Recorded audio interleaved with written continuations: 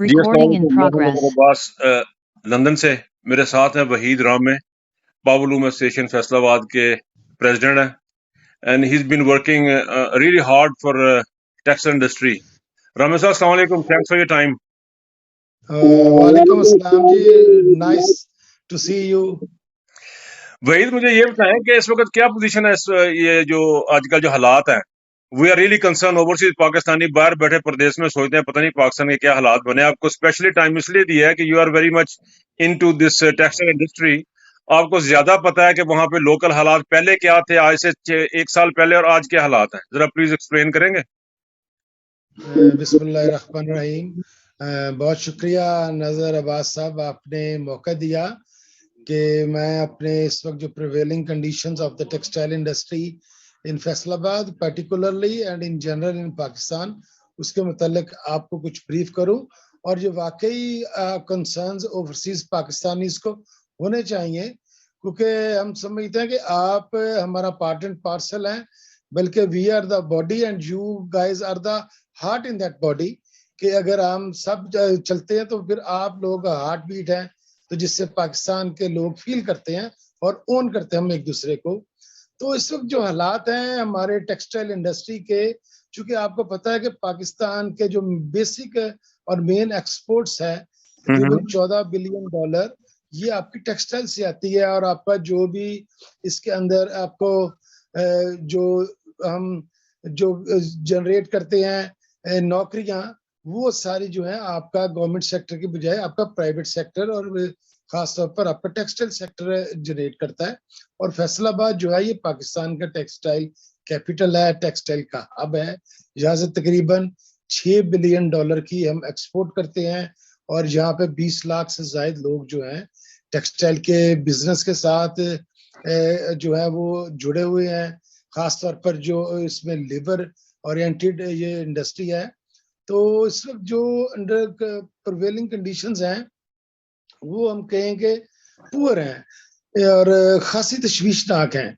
लेकिन इसको हम एलेबोरेट करने से पहले इसको दो हिस्सों में तकसीम कर लेते हैं।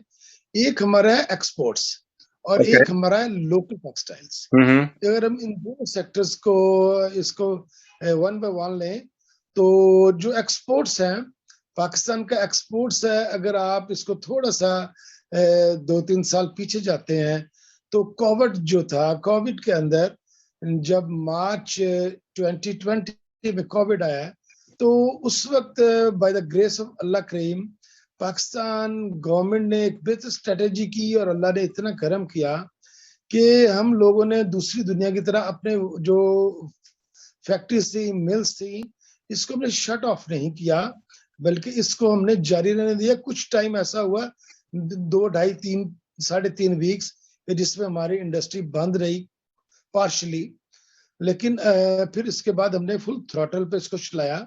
और जब दुनिया ने देखा कि पाकिस्तान जो है वो मैन्युफैक्चरिंग कर ही जा रहा है, जबकि बाकी दुनिया की मैन्युफैक्चरिंग बंद थी, तो पूरी दुनिया से पाकिस्तान में टेक्सटाइल का हर तरह का ऑर्डर, खा वो होम टेक्सटाइल्स का हो, खा वो बेड लिनन्स का हो, खा वो टॉवल्स एंड टेरी का हो, खा वो आपके किसी भी सेक्टर का हो, गारमेंट्स का हो, पर्टिकुलरली गारमेंट्स का, तो वो पाकिस्तान में वो बिल्कुल फ्लड इन हुआ हमारे पास वो ऑर्डर्स। और हमने उसको बड़ी अच्छी तरह केटर किया और बड़ी अच्छी तरह उन ऑर्डर्स को हमने जो है वो दुनिया तक पहुंचाया। और उसके अंदर हमने कुछ अपने जो फॉरेन बायर्स है वो हमने कैप्चर कर लिए। तो इसमें गवर्नमेंट ने फैसिलिटेट भी किया एक्सपोर्टर्स को। उन्होंने उस रेजीम के अंदर जिसमें Imran Khan prime minister of Pakistan थे, उन्होंने उसके अंदर एक्सपोर्टर्स को जो थी वो तनख्वाहें देने के लिए अपने लेबर को जो था 0 से लेकर 3% तक उन्होंने बिलियंस ऑफ रुपीस जो है वो उन्होंने लोन्स दिए उनको, ताकि वर्कर्स को वो तनख्वाहें दे सके। और उसके अलावा उन्होंने रिफंड्स जो थे उसका साइकिल जो 45 से 60 डेज बल्कि इससे भी ज्यादा था, उसको उन्होंने रिड्यूस करके बड़ा प्रॉम्प्ट उनको जो थे एक्सपोर्टर्स को रिफंड दिए। क्योंकि जो रिफंड्स होते हैं उससे उनकी लिक्विडिटी क्रंच खत्म हुआ और वो एक तरह का उसके अंदर ब्लड को सर्कुलेट करने वाली, इंजेक्ट करने वाली बात होती है। तो जिससे हमारी एक्सपोर्ट जो थी 2020 और 21 के अंदर वो बेहतर परफॉर्म करती रही हैं। और उसमें फिर पाकिस्तान ने दूसरी दुनिया का जो था जो है शेयर कैप्चर किया। जबकि अगर आप उसके साथ साथ पैरेलल आप लोकल देखें हमारी इंडस्ट्री को, तो वो चूंकि हमारी जब एक्सपोर्ट्स बेहतर होते हैं तो ऑब्वियसली एक्सपोर्ट इकोनॉमी का एक इंजन होता है। तो वो इंजन जब चलता है तो वो फिर डाउन में आपकी जो इंडस्ट्री होती है उसके लिए जो है मैन्युफैक्चरिंग के उसके लिए बेहतरी के वो रास्ते निकलते हैं। और खास तौर पे मैं पावर लूम इंडस्ट्री की बात करूंगा कि जब आपकी एक्सपोर्ट रिलेटेड लूम्स चली हैं, एक्सपोर्ट चली, तो जब हम जो हमारी लोकल लूम्स थी वो उन्होंने लोकली कपड़ा मैन्युफैक्चर करना शुरू किया, तो जो कि पहले मंदे का या हम समझ लें कि शिकार थी, तो वो अपनी अपनी जगह के ऊपर बेसिक सेट हो गई।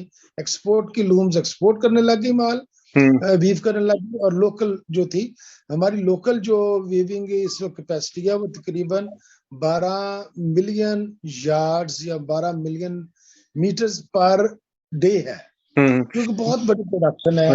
और इसको फिर ये तमाम के तमाम 1.25 करोड़ मीटर की प्रोडक्शन है, मुझे इसको फैसलाबाद तकरीबन भाई 2.5 सॉरी बात काट रहा हूँ, मुझे ये बताएं कि ये अचानक बैठे बैठे क्या ओवरनाइट हुआ इनको कि अच्छा वाला काम चलता चलता ये बिजनेसमैन को क्या हुआ कि एकदम से नीचे की तरफ ये डाइव कर गया सारे का सारा बिजनेस? क्या वजह समझते हैं आपके, क्या लगता है आपको क्या वजह है? देखिए, जो बिजनेस को ड्राइव करना होता है गवर्नमेंट की पॉलिसीज ने, और गवर्नमेंट जो पॉलिसीज बनाती है उसके बाद ही वो इम्प्लीमेंट करती है, या उसका एक जो है वो नीचे इंडस्ट्री के ऊपर उसका इम्पैक्ट आता है। तो जब ये गवर्नमेंट चेंज हो रही थी तो उसके अंदर आकर फिर आप देखेंगे फ्यूल की प्राइसेस के गवर्नमेंट के चेंज होने के बाद बेताशा बढ़ी। फिर जो एनर्जी प्राइसेस थी, एनर्जी वो बेताशा बढ़ना शुरू हो गई। एनर्जी कॉस्ट के बढ़ने की वजह से फिर हमारी जो इंडस्ट्री थी इट स्टार्ट सफरिंग, और फिर हम अपना बैरूनी मंडियों के अंदर अपने हम कंपेटिटिव इतने नहीं रहे, क्योंकि इसके उस दौरान में वियतनाम ने, इंडिया, चाइना, बांग्लादेश ने भी अपने प्रोडक्शंस को शुरू कर दिया था, तो वहां पे फिर कंपेटेबिलिटी और जो कंपटीशन है उसने तो ऑब्वियसली प्रिवेल करना था।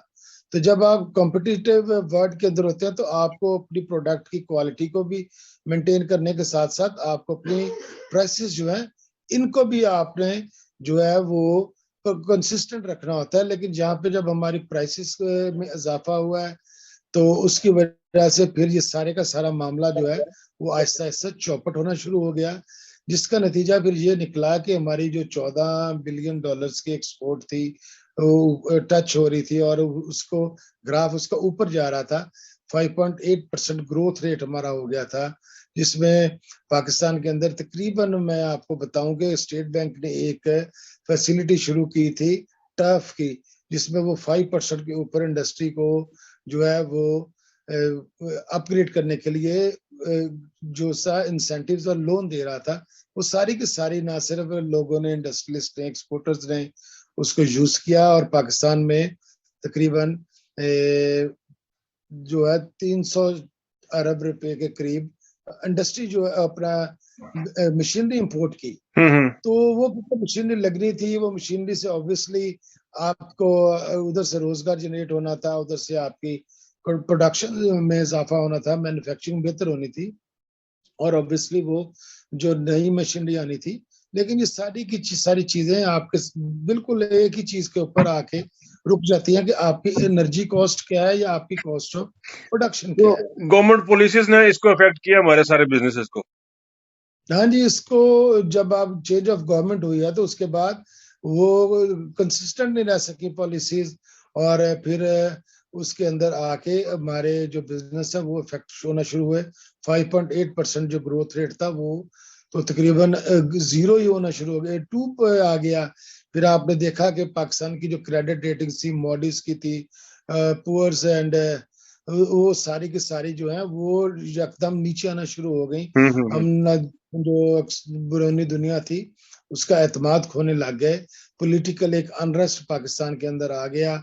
जो फॉरेन बायर होता है या फॉरेन इन्वेस्टर होता है वो बहुत सियाना होता है कि उसको अपनी चीजें जो है वो बड़ा ऑन टाइम शिपिंग मांगता है, बड़ी ऑन टाइम डिलीवरी मांगता है, क्योंकि इसके अंदर उन्होंने अब इतना वेयर हाउसेस का लोग जो है दुनिया के बड़े बड़े जो बाइंग हाउसेज हैं वो वेयर हाउसेज का भी खर्चा बचा के, क्योंकि ऑब्वियसली कंपटीशन तो अमेरिका, यूरोप और दुनिया में हर जगह है, हाँ, तो वो बिल्कुल। बचाने के लिए बिल्कुल स्ट्रेट डिलीवरी मंगवा के पोर्ट से वो पूरे शेल्फ पर लेकर जाते हैं। या तो थैंक ऑन टाइम डिलीवरी में इतने सारे जब आपको कंफ्यूजन आ जाएं तो फिर आप अपने बायर का एतमाद खो देते हैं। हालांकि 2 साल पहले ही दुनिया के तमाम जो बड़े बाइंग हाउसेज हैं, जो दुनिया के बड़े जो स्टोर्स हैं, अब भले उसमें कोई अमेरिकन स्टोर्स का नाम ले लें, आप यूरोप के या ब्रिटिश स्टोर्स का नाम ले लें, पाकिस्तान के एक्सपोर्टर्स ने हर एक के साथ काम किया और बड़ा खूब और बड़ा जम के और बड़ा ज्यादा काम किया। लेकिन अब हम इसमें ऑर्डर जो है हम लैग कर रहे हैं, और इस वक्त पोजीशन जो है मैं समझता हूँ कि वो बहुत ही ज्यादा तशवीशनाक है इसमें, पर्टिकुलरली होम टेक्सटाइल के अंदर और जो हमारी टेक्सटाइल इंडस्ट्री है कॉमनली उसी के अंदर। Thank you Waheed. मेरा टाइम बहुत शॉर्ट है हमारे वीलॉग का, but thanks for your time all the way from Pakistan, Faisalabad. बहुत शुक्रिया। अपना बहुत ख्याल रखिएगा। हमें इजाजत दीजिएगा। अल्लाह हाफिज।